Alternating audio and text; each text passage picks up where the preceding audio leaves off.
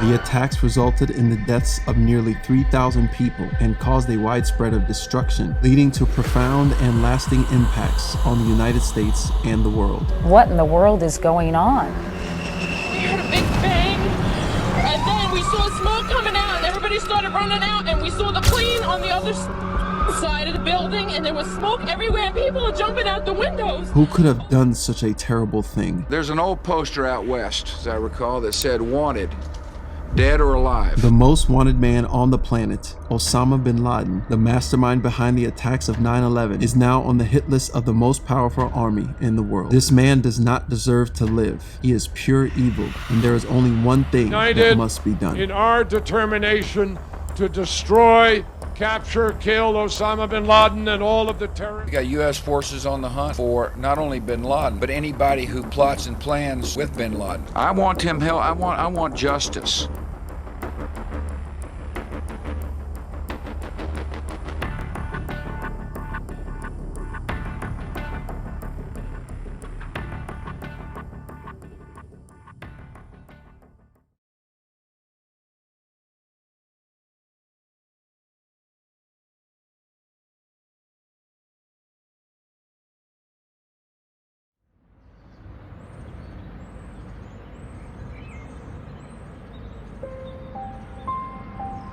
Now ask yourself, how would you go about capturing or killing the most wanted man on the planet? I'm sure some of you would drop a bomb that would easily wipe him out. However, what about the casualties? The civilians surrounding the area? Do you want their blood on your hands as well? This plan needs to be precise, quiet, and quick. Like a thief in the night, bin Laden can't know they are coming. There needs to be an element of surprise to take him down once and for all. In addition, there needs to be someone in command who knows what they are doing. Meet Vice Admiral William H. McRaven, the commander of the Joint Special Operations Command, JSOC, who was the man chosen for this important mission. The Joint Special Operations Command is charged with studying special operations requirements and techniques to ensure interoperability and equipment standardization, to plan and conduct special operations exercises and training, to develop joint special operations tactics, and to execute special operations missions worldwide. The CIA informed Admiral McRaven about bin Laden's compound and its whereabouts. During a meeting with the CIA, McRaven suggested a small group of well-trained professionals that were organized and commanded would be the best plan of attack, rather than a large group of individuals. He believed this plan of attack would be much more precise and more effective when it came to rehearsals, surprise, speed, and a clearly but narrowly defined purpose. President Barack Obama was in close proximity with the CIA and Admiral McRaven for this mission. A meeting was set and the plans commenced.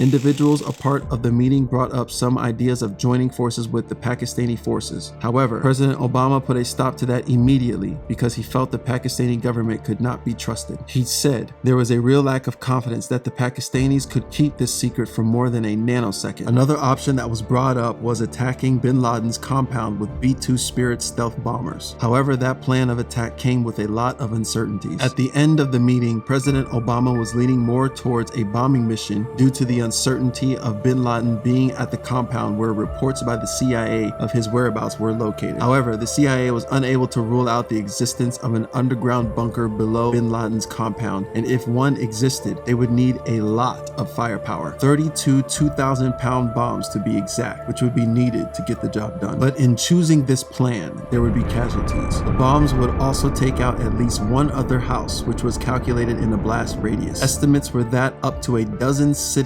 civilians would be killed in addition to those in the compound. Most importantly, the evidence that bin Laden was dead would have been obliterated. In lieu of this information, President Obama put the bomb plan on hold. Instead, he directed Admiral McRaven to develop the plan for a helicopter raid. McRaven then assigns a U.S. Naval Special Warfare Development Group, DEV-GRU, with 6 other JSOC officers to work with the CIA at their campus in Langley, Virginia, to begin the plan of the raid. McRaven handpicked a team consisting of the most experienced and senior operators from the Red Squadron, one of 4 that make up the Dev Group. This was very ideal for the planning of this mission due to their language skills and experience with cross-border operations into Pakistan. The raid team consisted of 24 hell-born U.S. Navy SEALs from the Dev Group Red Squadron. They began practice runs of the raid in 2 locations in the U.S. The first location was at Harvey Point Defense Testing Activity Facility in North Carolina, where an exact replica of bin Laden's compound was built. The other location was in Nevada, where the replica was built 1,200 meters or 4,000 feet high above ground. This was chosen to test the effects the altitude would have on the raiders' helicopters. The Nevada location used chain link fences to simulate the compound walls, which left the U.S. participants unaware of the potential effects of the high compound walls on the helicopter's life capabilities. The practice runs were successful, giving Commander McRaven confidence in his original plan that was presented to President Obama. Being able to simulate the bin Laden raid led the planners to believe the SEALs could get to Abbottabad and back without being detected or challenged by the Pakistani military. The helicopters, modified Black Hawk helicopters that would be used in the raid, were designed to be quiet and have low radar visibility. These helicopters were provided by the 160th Special Operations Aviation Regiment, a U.S. Army Special Operations Command unit known as the Night Stalkers. Since the U.S. had helped equip and train the Pakistanis, their defense capabilities were known, giving the SEALs the upper hand in apprehending bin Laden.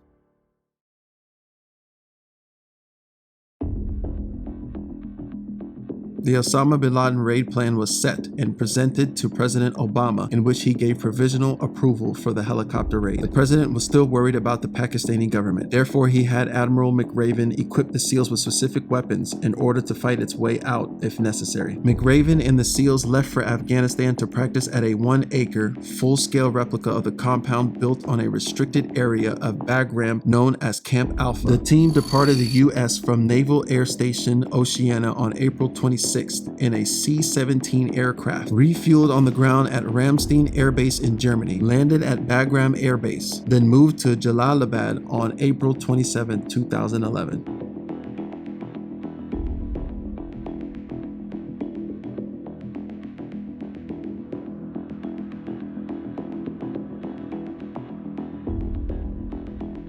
The raid/mission would take place on the next day. However, due to cloudy weather on the next day, the mission was delayed. On May 1st at approximately 1:22 p.m., acting on the president's orders, Leon Panetta, the United States Secretary of Defense at the time, directed McRaven to move forward with the mission. Shortly after 3 p.m., the president joined national security officials in the Situation Room to monitor the raid. Just before mission launch, Admiral McRaven quoted the British SAS motto to his men saying, "Who dares wins."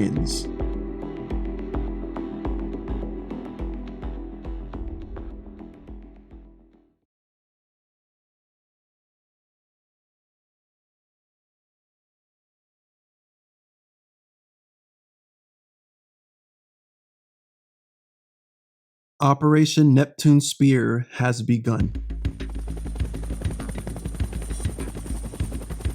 The 2 Black Hawk helicopters took flight. The SEALs were equipped with specific weapons: the HK-416 assault rifle, which was their primary weapon, the Mark 48 machine gun for fire support, the MP7 personal defense weapon, which was used by some SEALs for close quarters and greater silence. A dog was also a part of the mission, a Belgian Malinois named Cairo, who was tasked with tracking anyone who tried to escape and alert the SEALs to any approaching Pakistani security forces. The dog was used to help deter any Pakistani ground response to the raid and to help look for any hidden rooms or hidden doors in the compound. The SEALs flew into Pakistani using the 2 Black Hawk helicopters from a staging base in the city of Jalalabad in eastern Afghanistan after originating at Bagram Air Base in northeastern Afghanistan. The raid was scheduled specifically during a time of little moonlight so the helicopters could enter Pakistan low to the ground and undetected. As they hovered above the compound, the first helicopter experienced a hazardous airflow condition known as a vortex ring state. The vortex ring state, VRS, is a dangerous aerodynamic condition that may arise in helicopter flight when a vortex ring system engulfs the rotor, causing severe loss of lift. Because of the VRS, the helicopter grazed the side of the compound, damaging its tail rotor, causing the helicopter to roll on its side. Thankfully, none of the SEALs, crew, or pilot were injured. The other helicopter landed on the outside of the compound. The SEALs scaled the walls of the compound to get inside, where they let loose an array of explosives breaching the walls and doors. The Navy SEALs entered one of the houses in the compound using explosives to tear the door down. However, there was a brick wall behind it. But this was a good thing because it was a fake door. Therefore, they believed bin Laden was in there because nobody puts a brick wall behind a door. A lot of gunfire started with explosives as well, as the Navy SEALs were on the clock. They continued to move through to the main house in the second floor. The woman who found bin Laden, who was also the person who provided the intel to the CIA about where he would be in the compound, said, "I don't know what it looks like inside, but there will be a stairwell that leads to the second floor, and you will run into Khalid bin Laden. He is 20 years old, and he is bin Laden's son, and that is his last line of defense, and he will be armed on the stairwell." Rob O'Neill quotes her as saying, "If you can ace him, you get a shot at the big guy." The SEALs confirmed the woman was 100% right on every single person in and out of the house that she gave them intel on. As the SEALs make their way up to the stairwell, Khalid was there, and he jumps behind a banister. Then a cool silence hits the area with complete darkness. The point man of the SEAL Team 6 utters something along the lines of Khalid Urfa Idet or Khalid Delta Rasha, which basically meant come here, in two different languages that the point male of the SEALs knew Khalid spoke. Khalid pokes his head out slowly and immediately is shot and killed by one of the SEAL team operators. This was a brilliant tactic because Khalid had no idea who was in the house. For all he knew, it could be Pakistani soldiers who are there to bring him out to safety. The SEALs stepped around Khalid and moved towards the last set of stairs. Above the stairs was a green olive curtain, and behind the curtain the SEALs could see people moving. They assumed it was the suicide bombers, but bin Laden is behind that curtain based on intel. The SEALs then move forward through the curtain. They see three people standing in front of them, and one of the SEALs jumps on all three persons, assuming they are the suicide bombers. Rob O'Neill states, after his SEAL team members jumps on the three persons 3 feet from him, he has a clear visual of Osama bin Laden. Bin Laden is not surrendering, but he is moving around somehow with his hands on a woman named Amal. Rob O'Neill now has a visual of the most wanted man in America. He was pretty tall and had a grayish white beard. Without hesitation, O'Neill opens fire, hitting bin Laden right in the face twice, and then shooting him one more time as bin Laden falls to the ground. After killing bin Laden, Rob O'Neill moves Amal and now can see bin Laden's 2-year-old son standing there. O'Neill picks him up and moves him to the back of the bed. Amal, whom bin Laden had his hands on, had been shot. One of the SEAL Team 6 operators approaches O'Neill asking him if he was good. O'Neill is hesitant and asks, "What do we do now?" O'Neill forgets that standard procedure is now they need to wipe all the computers. A SEAL member tells O'Neill, "You just killed Osama bin Laden. Get to work."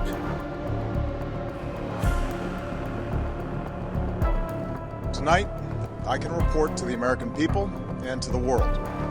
The United States has conducted an operation that killed Osama bin Laden, the leader of Al-Qaeda, and a terrorist who's responsible for the murder of thousands of innocent men, women, and children.